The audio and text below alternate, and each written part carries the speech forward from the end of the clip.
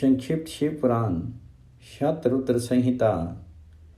काल भैरव का महात्म्य, विश्वानर की तपस्या और शिवजी का प्रसन्न होकर के उनकी पत्नी सुचिष्मति के गर्भ से उनके पुत्र रूप में प्रकट होने का उन्हें वरदान देना।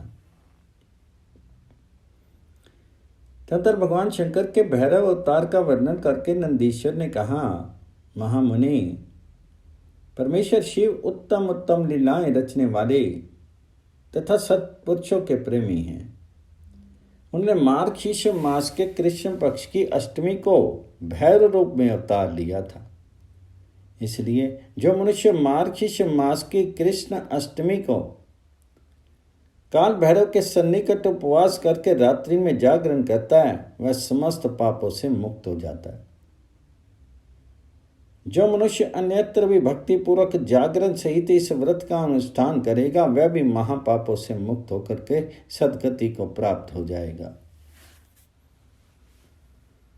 प्राणियों के लाखों जन्मों में किए हुए जो पाप हैं, वे सब के सब काल भैरव के दर्शन से निर्मल हो जाते हैं। जो मूर्ख काल भैरव के भक्तों का अनिष्ट करता है, वह इस जन्म में दुख भोग करके पुनः दुर्गति को प्राप्त होता है। जो लोग विश्वनाथ के तो भक्त हैं परंतु काल भैरव की भक्ति नहीं करते, उन्हें महान दुख की प्राप्ति होती है। काशी में तो इसका विशेष प्रभाव पड़ता है। जो मनुष्य वाराणसी में निवास करके काल भैरव का भजन नहीं करता, उसके पाप शुक्ल पक्ष के चंद्रमा की भांति बढ़ते रहते हैं। जो काशी में प्रत्येक भोमवार की कृष्ण अष्टमी के दिन कालराज का भजन पूजन नहीं करता, उसका पुण्य कृष्ण पक्ष के चंद्रमा के समान क्षीण हो जाता है। तदंतर नंदीश्वर ने वीरभद्र तथा शरभ अवतार का वृत्तांत सुना करके कहा, ब्रह्मपुत्र, भगवान शिव जिस प्रकार प्रसन्न होकर के विश्वानर मुनि के घर अवतीर्ण हुए थे, शशि मौली के उस चरित्र को तुम प्रेम पूर्वक श्रवण करो। उस समय वे तेज की निधि अग्नि रूप सर्वात्मा परम प्रभु शिव अग्निलोक के अधिपति रूप से ग्रहपति नाम से अवतीर्ण हुए थे। पौर काल की बात है। नर्मदा के रमणीय तट पर नरमपुर नाम का एक नगर था। उसी नगर में विश्वानर नाम के एक मुनि निवास करते थे। उनका जन्म शांडिल्य गोत्र में हुआ था। वह परम पावन पुण्य आत्मा, शिव भक्त, ब्रह्म तेज के निधि और जितेंद्रिय थे। ब्रह्मचर्य आश्रम में उनकी बड़ी निष्ठा थी। वे सदा ब्रह्म यज्ञ में तत्पर रहते थे। फिर उन्होंने सुचिष्मति नाम की एक सद्गुणवती कन्या से विवाह कर लिया और वे ब्राह्मणोचित कर्म करते हुए देवता तथा पितरों को प्रिय लगने वाला जीवन बिताने लगी। इस प्रकार जब बहुत सा समय व्यतीत हो गया, तब उन ब्राह्मण की भार्या सुचिष्मति, जो उत्तम व्रत का पालन करने वाली थी, अपने पति से बोली, प्राणनाथ, स्त्रियों के योग्य जितने आनंदप्रद भोग हैं, उन सब को मैंने आपकी कृपा से आपके साथ रह करके भोग लिया। परंतु नाथ, मेरे हृदय में एक लालसा चिरकाल से वर्तमान है और वह गृहस्थों के लिए उचित भी है।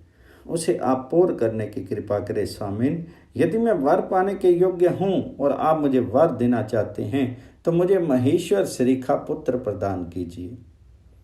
इसके अतिरिक्त मैं दूसरा वर नहीं चाहती।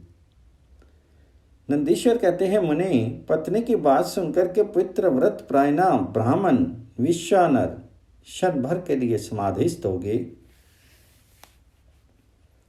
और हृदय में यह विचार करने लगे, अहो, मेरी इस सूक्ष्मांगी पत्नी ने कैसा अत्यंत दुर्लभ वर मांगा है। ये तो मेरे मनोरथ पद से बहुत दूर है।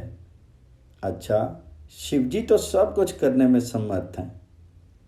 ऐसा प्रतीत होता है मानो उस शंभु ने ही इनके मुख में बैठ करके वाणी रूप से ऐसी बात कही है, अन्यथा दूसरा कौन ऐसा करने में समर्थ हो सकता है। तदंतर वे एक पत्नी व्रती मनुष्य विश्वानर पत्नी को आश्वासन देकर के वाराणसी में गए और घोर तप के द्वारा भगवान शिव के विदेश लिंग की आराधना करने लगे। इस प्रकार उन्होंने 1 वर्ष पर्यंत भक्ति पूर्वक उत्तम वीरेश लिंग की त्रिकाल अर्चना करते हुए अद्भुत तप किया। 13वां मास आने पर एक दिन वे द्विजर प्रातःकाल त्रिपथ गामिनी गंगा के जल में स्नान करके ज्यों ही वीरेश के निकट पहुंचे, त्यों ही उन तपोधन को उस लिंग के मध्य एक 8 वर्षीय विभूति भूषित बालक दिखाई दिया। उस नग्न शिशु के नेत्र कानों तक फैले हुए थे, होठों पर गहरी लालिमा छाई हुई थी, मस्तक पर पीले रंग की सुंदर जटा शोभित थी और मुख पर हंसी खेल रही थी। वह शैशोचित अलंकार और चिता भस्म धारण किए हुए था तथा अपनी लीला से हंसता हुआ श्रुति सूक्तों का पाठ कर रहा था। उस बालक को देख करके विश्वानर मुनि के तात हो गए और आनंद के कारण उनका शीर रोमांटिक हो उठा और बारंबार नमस्कार है यूं उनका हृदय उद्गार फूट पड़ा। फिर वे अभिलाषा पूर्ण करने वाले 8 पद्मों द्वारा बाल रूपधारी परम आनंद स्वरूप शंभु का स्तवन करते हुए बोले। विश्वान ने कहा, भगवान आप ही एकमात्र द्वितीय ब्रह्म हैं। ये सारा जगत आपका ही स्वरूप है। यहाँ अनेक कुछ भी नहीं है। यह बिल्कुल सत्य है कि एकमात्र रुद्र के अतिरिक्त दूसरे किसी की सत्ता नहीं है। इसलिए मैं आप में ईश्वर की शरण ग्रहण करता हूँ। शंभो, आप इस सब के कर्ता हत्ता हैं और जैसा आत्म धर्म एक होते हुए भी अनेक रूप में दिखता है, उसी प्रकार आप भी एक रूप होकर के नाना रूपों में व्याप्त हैं। फिर भी आप रूप रहित हैं, इसलिए आप ईश्वर के अतिरिक्त मैं किसी दूसरे की शरण नहीं ले सकता। जैसे रज्जु में सर्प, सीपी में चांदी और मृग मरीचिका में जल प्रवाह का भान मिथ्या है, उसी प्रकार जिसे जान लेने पर यह विश्व प्रपंच मिथ्या भ्रमित होता है, उस महेश्वर की मैं शरण लेता हूँ। शंभो, जल में जो शीतलता, अग्नि में दाहकता, सूर्य में गर्मी, चंद्रमा में आनंदकारिका, पुष्प में गंध और दुग्ध में घी वर्तमान है, वे आपका ही स्वरूप है। अतः मैं आपके शरण हूँ। आप कान रहित होकर शब्द सुनते हैं, नासिका विहीन होकर के सूंघते हैं, पैर ना होने पर भी दूर तक चले जाते हैं, नेत्रहीन होकर सब कुछ देखते हैं और जिह्वा रहित होकर भी समस्त रसों के ज्ञाता हैं। भला आपको सम्यक रूप से कौन जान सकता है? इसलिए मैं आपकी शरण में जाता हूँ। ईश, आपके रहस्य को ना तो साक्षात वेद ही जानता है, न विष्णु, न अखिल विश्व के विधाता ब्रह्मा, न युगेंद्र और न इंद्र आदि प्रधान देवताओं को ही इसका पता है, परंतु आपका भक्त उसे जान लेता है। अतः मैं आपकी शरण ग्रहण करता हूँ। ईश, ना तो आपका कोई गोत्र है, ना जन्म है, ना नाम है, ना रूप है, ना शील है और ना देश का। ऐसा होने पर भी आप त्रिलोकी के अधीश्वर तथा संपूर्ण कामनाओं को पूर्ण करने वाले हैं। इसलिए मैं आपका भजन करता हूँ। सम्रारे, आप सर्वस्वरूप हैं। ये सारा विश्व प्रपंच आपसे ही प्रकट हुआ है। आप गौरी के प्राणनाथ, दिगंबर और परम शांत हैं। बाल, युवा और वृद्ध रूप में आप ही वर्तमान हैं। ऐसी कौन सी वस्तु है जिसमें आप व्याप्त नहीं हो? अतः मैं आपके चरणों में नतमस्तक हूँ।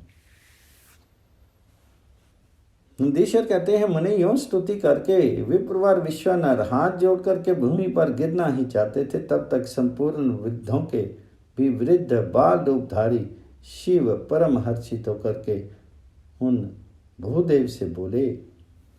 बाल रूपी शिव ने कहा, मुनि श्रेष्ठ, विश्वानर, तुमने आज मुझे संतुष्ट कर दिया है। भूदेव, मेरा मन परम प्रसन्न हो गया है, अतः अब तुम उत्तम वर मांग लो। ये सुनकर के मुनि श्रेष्ठ विश्वानर कृतकृत्य हो गए और उनका मन हर्षमग्न हो गया। तब वे उठ करके बाल रूपधारी शंकर जी से बोले। ईश्वर ने कहा, प्रभावशाली महेश्वर, आप तो सर्वंतर्यामी, ऐश्वर्य संपन्न, सर्व तथा भक्तों को सब कुछ दे डालने वाले हैं। भला आप सर्वज्ञ से कौन सी बात छिपी है? फिर भी आप मुझे दीनता प्रकट करने वाली यांचा के प्रति आकृष्ट होने के लिए क्यों कह रहे हैं? महेशान, ऐसा जान करके आपकी जैसी इच्छा हो वैसा कीजिए। नंदीश्वर जी कहते हैं, मुनि, पवित्र व्रत में तत्पर विश्वानर के उस वचन को सुनकर के पावन शिशु रूपधारी महादेव हंस करके शुचि विश्वानर से बोले, शुचे, तुमने अपने हृदय में अपनी पत्नी शुचिष्मति के प्रति जो अभिलाषा कर रखी है, मैंने संदेह थोड़ी ही समय में पूर्ण हो जाएगी। महामते, मैं शुचिष्मति के गर्भ से तुम्हारा पुत्र होकर के प्रकट होऊंगा। मेरा नाम गृहपति होगा। मैं परम पावन तथा समस्त देवताओं के लिए प्रिय होऊंगा। जो मनुष्य 1 वर्ष तक शिव जी के सन्निकट तुम्हारे द्वारा कथित इस पुण्य में अभिलाषा अष्टक स्तोत्र का 3 काल पाठ करेगा, उसकी सारी अभिलाषाएं ये पूर्ण कर देगा। इस स्तोत्र का पाठ पुत्र, पौत्र और धन का प्रदाता, सर्थ शांतिकारक, सारी विपत्तियों का विनाशक, स्वर्ग और मोक्ष रूप संपत्ति का कर्ता तथा समस्त कामनाओं का पूर्ण करने वाला है। निसंदेह ये अकेला ही समस्त स्तोत्रों के समान है। नंदीश्वर जी कहते हैं, मुनि, इतना कहकर के बाल रूपधारी शंभु, जो सत्पुरुषों की गति हैं, अंतर ध्यान हो गए। तब विप्रवर विश्वानर भी प्रसन्न मन से अपने घर को लौट गए।